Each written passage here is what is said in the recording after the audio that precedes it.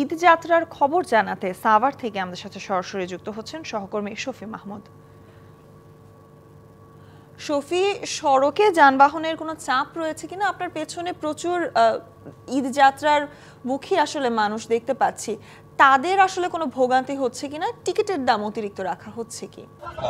প্রথমেই জানিয়ে রাখি, আমি এই মুহূর্তে রয়েছি আশুলিয়ার বাইপাইল স্ট্যান্ড এলাকায়, এবং এই সড়কটির বাইপাইল স্ট্যান্ডে কিন্তু প্রতি বছরই আসলে উত্তরবঙ্গগামী যে যাত্রীগুলি রয়েছে তাদের এই শেষ কর্মদিবস এবং ছুটির শুরুর সময়টুকুতে ঈদ যাত্রার বাড়তি চাপটি থাকেই। যেহেতু এই সড়কটি আবদুল্লাপুর হয়ে চন্দ্রা যায় এবং এটি বাইপাইল অতিক্রম করে যায়, তো এই সড়কটিতে বর্তমানে এলিভেটেড এক্সপ্রেসওয়ের যে উন্নয়ন কাজ চলছে সেটির কারণে সড়কটি বিভিন্ন অংশে কিন্তু সংকীর্ণ হয়ে রয়েছে। এছাড়া খানাখন্দর বিষয়টি তো রয়েছেই।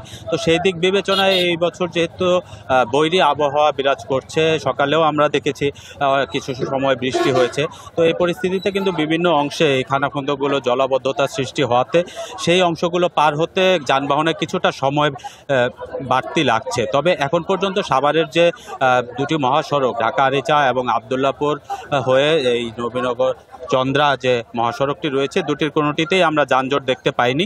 নগদ পেমেন্টে 500 টাকা পর্যন্ত ক্যাশব্যাক, আর লেনদেনে প্রতিদিন ডিপ ফ্রিজ এবং ঘন্টায় ঘন্টায় এসি টিভি সহ দারুণ সব গিফট।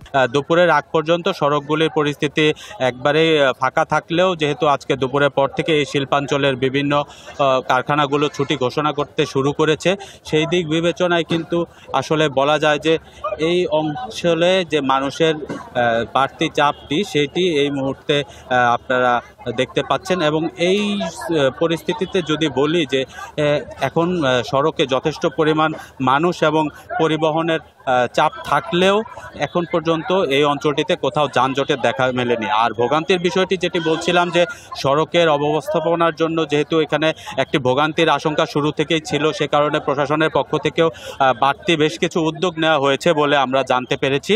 এবং আমরা কিন্তু সড়কটিতে দেখতে পেয়েছি যে পুলিশের পাশাপাশি সেনা কর্মকর্তারাও এখানে নিয়োজিত রয়েছেন। তারা চেষ্টা করছেন সড়কের পরিস্থিতি স্বাভাবিক রাখতে, এবং তারা আশা প্রকাশ করেছেন যে তাদের তৎপরতায় এবছর আসলে এই অঞ্চলটি ঘিরে মানুষের ভোগান্তি সেরকম হবে না এবং যানজট ছাড়া নির্বিঘ্নে এই অঞ্চল অতিক্রম করতে পারবেন যাত্রীরা।